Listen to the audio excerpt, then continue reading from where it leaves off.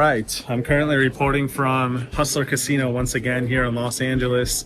And if you're someone who likes big pots and a lot of action, today's vlog is for you. I'm gonna cover two sessions that I played last week here at Hustler. Both of them were pretty insane, so I think you guys will enjoy those hands. And then I'm gonna talk about the hands I'm playing today because I'm here for a 100-200 game with Doug Polk, who you guys might know. So plenty of hands coming your way. Before we jump into the poker, I wanted to give you all a quick reminder that if you're watching this the day it comes out, which is Saturday, November 15th, I'm having an online meetup game today in just a few hours, depending when you're watching, but it's at 4 p.m. Pacific. I'm gonna be streaming it on my YouTube channel as well. It's online, stakes are 50 cents, $1, so nothing too crazy, but it should still be a good time. If you guys wanna play, hit the QR here or join by clicking the link down below. Both should work just fine, and I will see you guys online in a little bit. But anyway, that's enough for now. Let's go over some hands and I'll check in with you guys right after.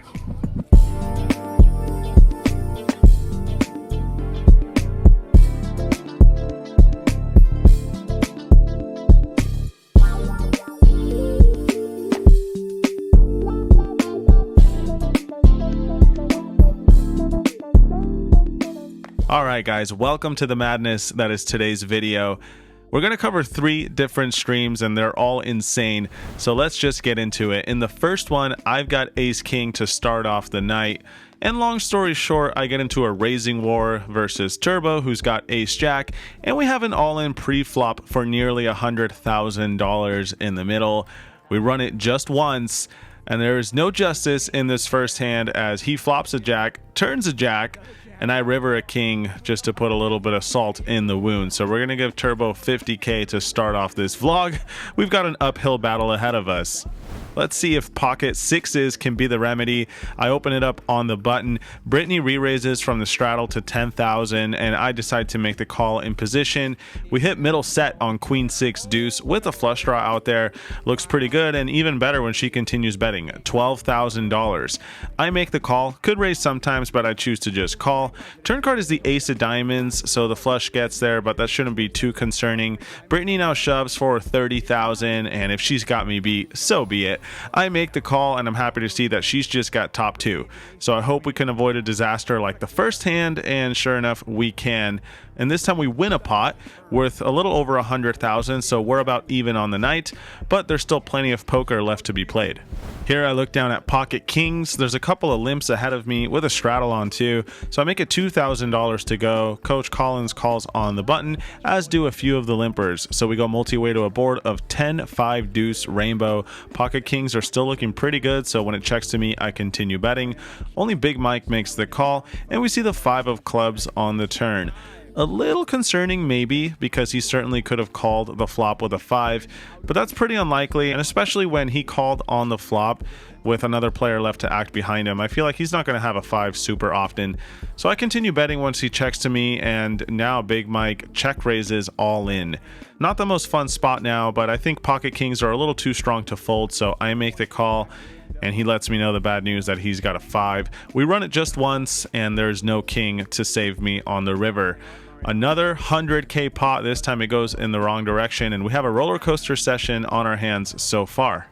Next hand's a bit of a doozy. There's a raise from Peter. I look down at Jack 9 suited on the button, and with position being relatively deep stacked, I decide to re-raise this hand. Turbo now cold calls in the big blind. When it gets back around to Peter, he's had enough. He makes another raise up to $16,000 and change.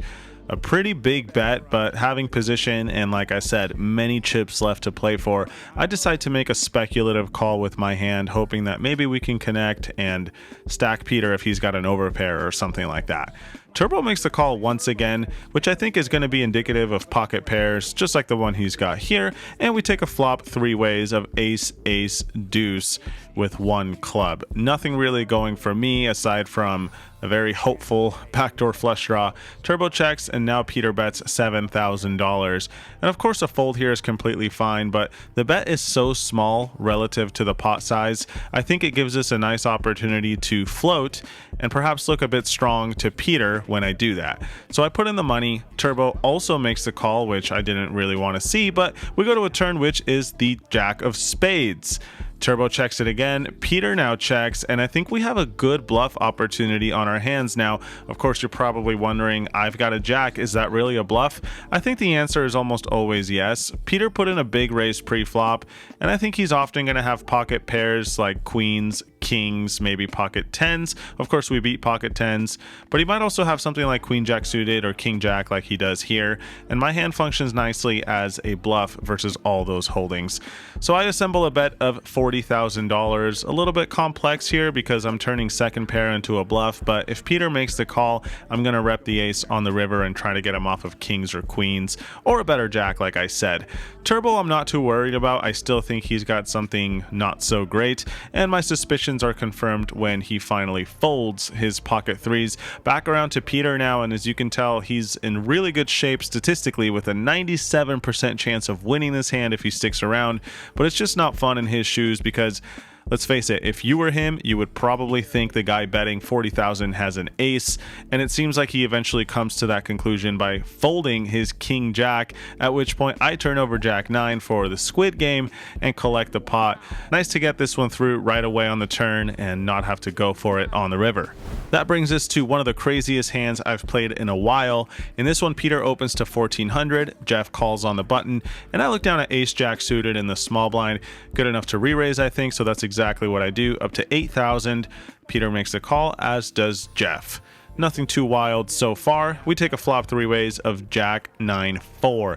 I've got top pair, top kicker. A bet here would be completely fine, but I think occasionally checking strong hands is okay, especially against guys you play with often like I do against Peter and Jeff. It makes you a little less predictable and all that. So I check, Peter checks as well, and now Jeff assembles a bet of $9,000. I don't think a raise accomplishes too much from me. Of course, folding is out of the question, so I make the call, and I'm a bit surprised to see Peter make the call as well, because if he had something worth betting, wouldn't he have done so after I checked? So I'm not sure what's going on here, but anyways, turn card is the 6 of hearts. I check it again. Peter checks again, and now Jeff continues. A pretty big bet as well, 40,000 into 51, and now I'm rather uncomfortable, to be honest. He could easily have pocket nines, he could have pocket fours, he could have jack 6 suited once in a blue moon. A lot of hands that beat me, but at the same time, there are a lot of bluffs available, and he might even be value betting a worse hand like king jack. So I make the call again, and now Peter also makes the call. So I have no idea what either of these guys could have. All I know is I have a pretty decent hand even against all this action. River card is not my favorite though. It's the 8 of diamonds, which brings in the most obvious straight draw on the flop, being queen 10, and it even introduces some straights like say 10-7 of spades, or these guys might also have 7-5 of hearts or 7-5 of spades.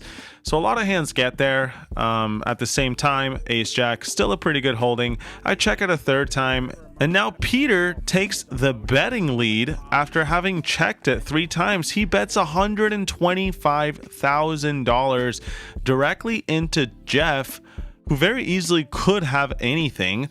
So Peter's bet looks really strong to me. Jeff gets out of the way, and now it's back on me with ace jack, and I have no idea what to do. On one hand, Peter does sometimes go crazy, but on the other, it's just so tough for him to have a bluff in this situation. He would have to have exactly something like what he has. King 10 of hearts, you know, he sticks around until the river and then bluffs directly into Jeff, who has to fold, and then I have to fold too. I mean, this is just such a suicide play. It's pretty badass, especially if it works, but the question is, will it work? I'm not sure what to do now. I go into the tank for quite a few minutes trying to figure this one out, and I don't know. I guess if he does have a bluff, I think I gotta let him have it, because it's just so unlikely to me that he could have an airball like this.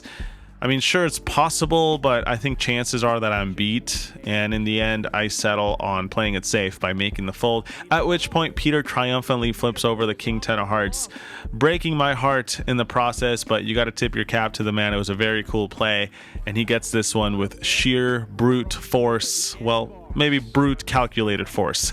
Nice hand to Peter. That brings us to stream number 2, where there are a bunch of straddles on in the first hand. Jeff opens to $2,000. We see a few callers, and I look down at ace jack suited. should be good enough for a re-raise, especially since Jeff opened from late position. So I make it 15,000. But unfortunately, Jeff apparently has a real hand, or at least he's telling the story that he does, because he now makes it $35,000 to go. Back around to me, and this is not really a fun spot with ace jack suited, but we are getting a really good price, and considering how deep both of us are, I decide to stick around and see if we can connect. Board comes down queen 10-4, not a single diamond out there, so really not that good for me, but a king would give me the nuts. So when I check and he bets small 20,000, it is a lot of money, but compared to the size of the pot and how much money there is left behind, I think a call is standard, so that's what I do. Turn card brings no help. It's the deuce of diamonds. I check, and now when Jeff bets, it's time to let it go. So not the most insane hand or anything, but given the size of the pot, we lose a pretty big chunk here. In this next one, Jeff opens to 2,000, Brittany calls the button, and now Jellyfish re-raises to $13,000 from the big blind. Peter calls in one of the straddles, and then I look down in the final straddle at a good hand, similar to the previous one. This time much better though, ace king. Weird developments with a raise, a call, and then a re-raise and another call, but ace king is still almost always an amazing hand, so I'm just going to play it straight up. I make it $38,000 to go now. The nice thing about this situation is I have direct position versus the 3-better and the caller, those two being Jellyfish and Peter, so that's nice knowing we'll have position for the rest of the hand if the others fold. And that's exactly what happens. It gets back around to Jellyfish, and he goes into the tank for quite a while before eventually calling, which I really didn't expect, because you guys can see he's got $50,000 left after this call. So he's calling out of position for almost half of his stack. Part of me wonders if he's trapping, honestly. But now it's on Peter, and he thinks for a bit before also calling. So 3 ways to a flop with over 100 G's already in the middle. This would be a good time to connect, but instead it comes Jack 8-4 with 2 hearts. Not much going on for me, but now Jellyfish announces all in. Peter gets out of the way, and even though I don't have much, if Jellyfish is ever doing this with a flush draw or a straight draw, we're going to be ahead. And even the times that he has a jack, we might have some outs. So if his bet was bigger, obviously I would just fold, but given that it's so small compared to the pot size, I decide to make the call and see what we're up against. Ace Jack is about one of the worst hands to see. I much rather would have preferred to see Queen Jack or Jack 10 suited, obviously, but instead we've got just 3 outs, and it's not looking great. We run it just once and no help for us. Ace Jack takes down Ace King. Nice hand to Jellyfish. A few rounds later, this hand comes up where Peter raises to 1,200. I re-raise on the button to 4,400 with Ace Queen. And when it gets back around to Peter, he decides that's not enough money. Let's pump it up. And he's only got Ace 5 offsuit, so the man is certainly not afraid to gamble. Now, with a hand as strong as Ace Queen in position, I don't think folding makes too much sense, so I make the call and we go heads up to a flop, which looks incredible for my exact hand. It's Queen 5-4, all clubs. That's right, we've got top pair, top kicker with the nut flush draw. Peter now continues for a $10,000 bet, and I guess you could raise with my hand sometimes, but a call seems more normal, so that's what I do. And as you guys can see, I've got a 91% chance of winning until the turn is the offsuit 5. Out of nowhere, Peter jumps into the lead, and of course I can't really put him on a 5 almost ever, especially when he checks too. The pot's $51,000, and I decide to put in a bet of my own. No need to go too big. I throw in 18 grand. Now Peter thinks for a little while before shoving all in. If he's got aces or pocket kings, something like that, so be it. I make the call, and of course I don't know what I'm up against, but it turns out I need quite a bit of help, which does come this time. It's the 3 of clubs. So I was way ahead on the flop, then Peter was way ahead on the turn, and now I'm all the way ahead on the river with the nut flush. A huge pot, quite a roller coaster ride, but luckily it goes our way. In the following hand, we are once again battling against Peter. I put on the straddle in this hand. There's a call from Jellyfish in the small blind. Peter now raises to 3,000 in the big blind, and I decide to take the aggressive route with Queen Jack offsuit on his direct left. I bump it up to 10 grand. Jellyfish thinks for a little bit and folds, but Peter does not with king, queen suited. So we probably don't have the best hand, but we do have position. Let's see if that's enough to make it work. Board comes down ace, king, 3 with 2 hearts, and that's about as sweet of a flop I could ask for without actually hitting anything. I could easily have top pair, sets, 2 pair, flush draws, straight draws. I'm all over this kind of flop. So when Peter checks, I continue for a bet of 7,000. My plan being to either improve to a straight or bluff if a heart comes, or just a blank even. I think my hand is fine to continue blasting. Turn card is the 6 of clubs. Peter checks it again, and I think to myself, how much would I bet if I had something like ace queen or ace jack? And I think the magic number is around 2/3 of the pot size. So with a bluff in this situation, I'm going to do the same thing. 24,000 into the middle. And it's not a fun spot for Peter now having second pair, and I think he knows that, because even if he makes the call, he might have to face another big bet on the river, and instead of having to go through all that, he just lets it go. So a nice board lets us get this bluff through, and we move to the final hand of this particular stream, which is set up quite nicely since I've been giving a lot of action, especially against Peter, as I've got pocket kings this time and he has pocket tens. As you guys can see, he has 3-bet someone to 7,200. I'm on his left, and of course, if I'm re-raising queen jack, you best believe I'm re-raising a couple of kings. I make it 23,000, back around to Peter, and as you guys can tell, we're really deep here. Both of us starting this hand with $400,000 effectively. So of course he sticks around with his pocket tens, and we go to a board of 5, 4, 3. All little cards usually going to be pretty damn good for an overpair, so when he checks, I continue betting. I size up for around 2/3 again.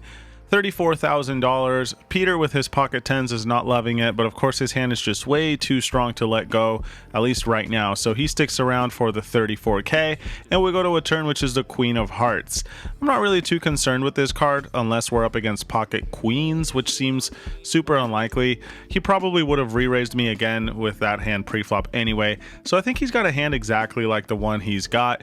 It doesn't really change too much though, because if I had a bluff or if I had a hand like the one I do here, I would just stick to the plan of putting in another bet and then going for some more value on the river. So I throw in a bet of $77,000 this time, and Peter is not loving life whatsoever with his pocket tens. He knows he might be up against a monster. He knows sometimes he might be getting bluffed.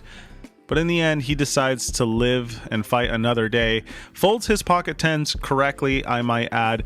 Nice play from Peter, but we still make $60,000 in the process. That brings us to the third and final stream for today's vlog. And in this one, we're going to start off with the fireworks yet again. The stand-up game is on. I desperately need to win a hand. I think I'm one of the last 2 remaining players in this one, so it's a good time to get pocket queens.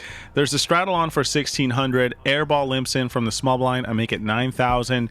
And Doug Polk in the house today 3-bets me to 24K on my direct left. Back around to Airball, who folds his pocket nines. But of course, I won't be doing that, especially with only 76K left to play for, so I throw it all in there. Doug makes the call, confirming that he was not bluffing, but does that mean that we don't have the best hand? No, good news. He's got jacks. We're in great shape to double up and, of course, avoid losing the stand-up game. We decide to run it twice. First board is a bit of a sweat with the 10 of hearts on the turn, giving him a flush draw, but we hold with the 8 of diamonds on the river. Second flop looks safe. Second turn looks very safe. But the river is the jack of clubs, and just like that, we end up chopping this massive pot. Certainly would have been nice to collect the whole thing, but I guess it's better than getting scooped, which also might happen from time to time. About an hour later, this monstrosity of a hand comes up where Jack makes it $2,000 to go. I re-raise him from the cutoff to 8,000 with 9-5 suited. This is obviously super loose, but I felt that Jack was playing pretty snug and we might get to see a flop in position as the last aggressor pre-flop. Of course, that doesn't justify it, but those were just my thoughts real time. So I make it 8,000. Now it gets to Brittany, who shoves all in for 77K. Jack thinks for a little bit and then folds, at which point action's back to me, and of course with 9-5 facing an all-in for $80,000 almost, there's not much to think about, right? Fold is the easy play. However, my reasoning here was Based on all the hours I've played with Brittany, I had a vibe that she had something like ace king or ace queen, maybe king queen suited, you know, two big cards that just shove all in and hope for the best.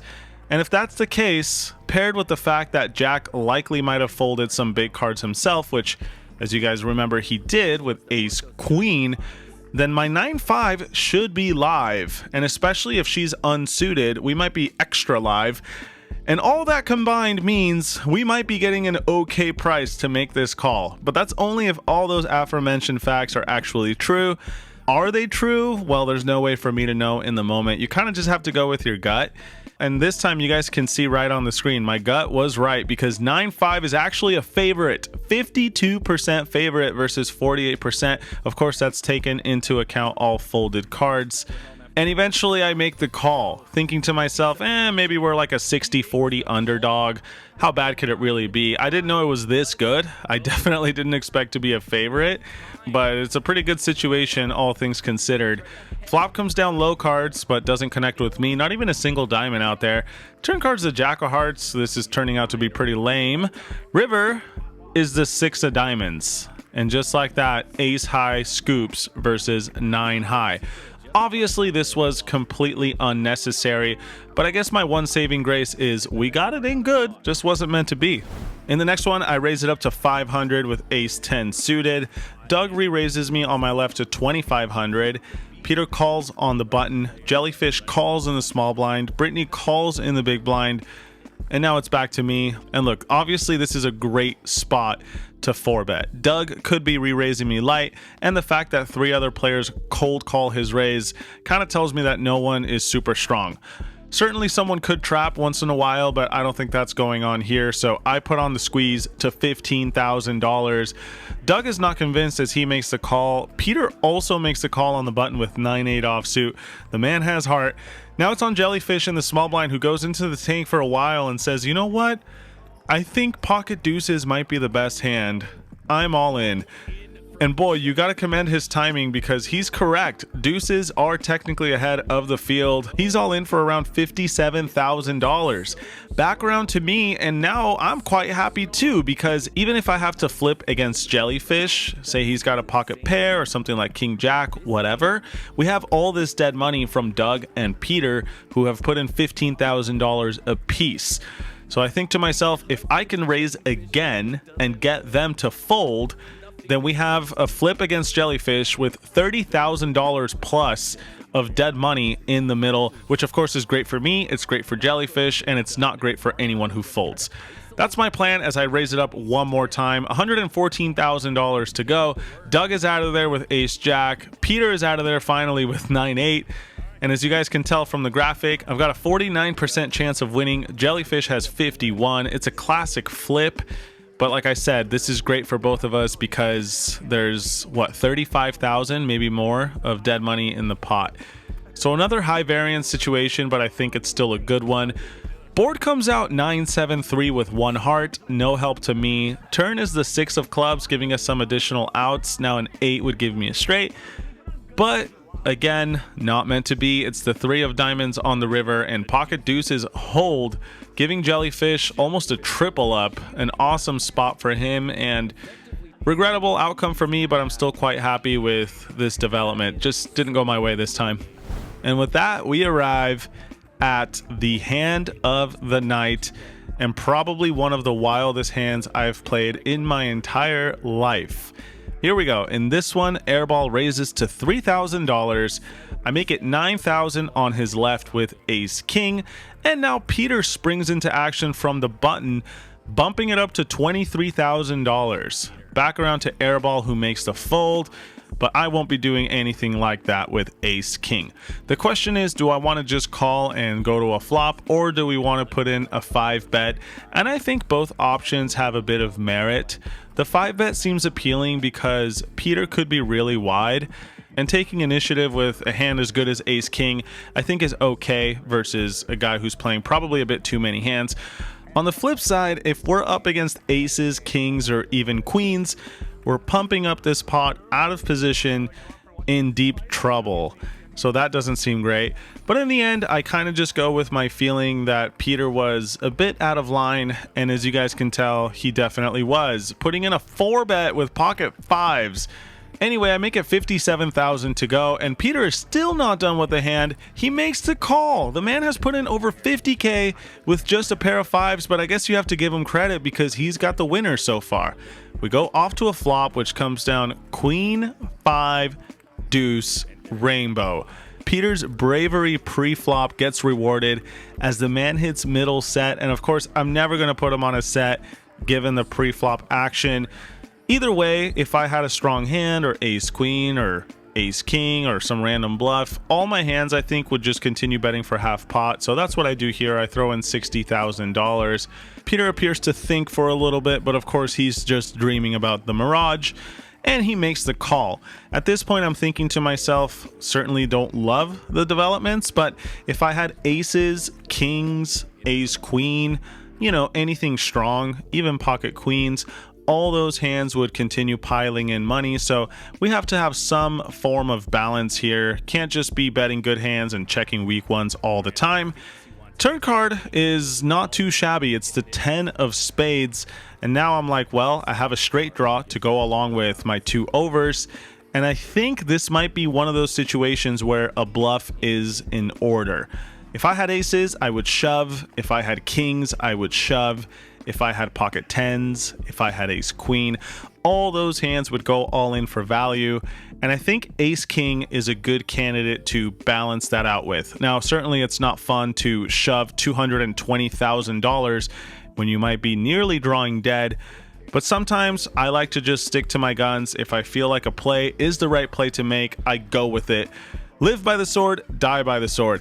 So I think about it for a little bit and eventually shove all in, hoping he's got pocket jacks or pocket 9s, maybe even a queen might fold at this point, but a set of 5s is not gonna fold. Peter makes the call almost immediately, and at this point I know I'm in trouble. I'm in for 500,000 on this night, and if I lose this hand, we officially have lost all our chips, and I'll take the biggest L of my entire life. I don't even bother asking him to run it twice because I know Peter likes to run it once, and I don't want to mess up the man's style, you know? But before the river comes out, Peter actually asks me if I want to run it twice, which I really didn't expect, but given that the pot is $680,000, I'm more than okay with 2 rivers.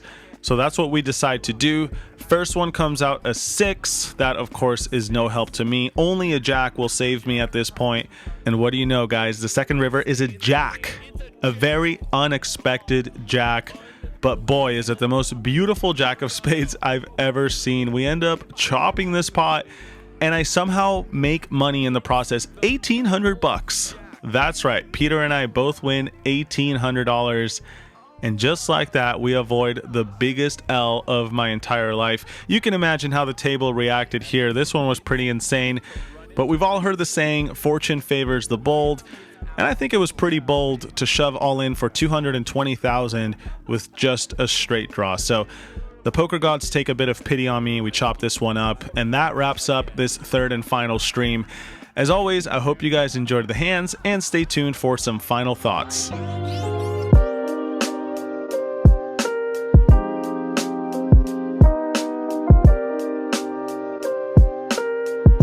Well, that was a hell of a night, to say the least.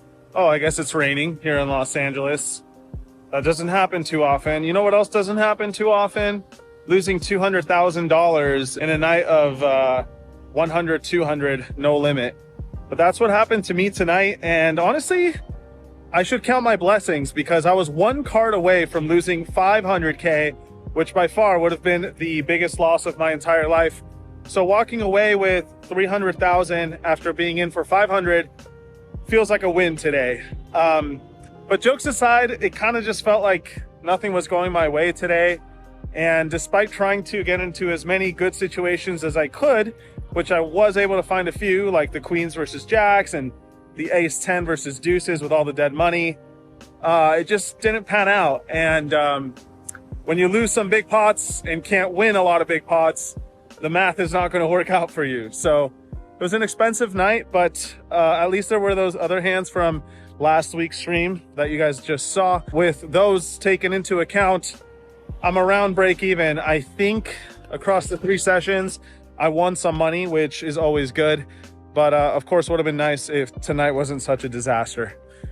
Oh well, that's life. About 1 more month left to close out the year, and it's been a hell of a year. So we'll see how that goes. As always, thank you guys for watching, and don't forget about the meetup game today on Clubs Poker. It should start up in a few hours, and I hope to see at least some of you guys there. All right, thank you for the support. I'll talk to you all very soon. Until then, peace.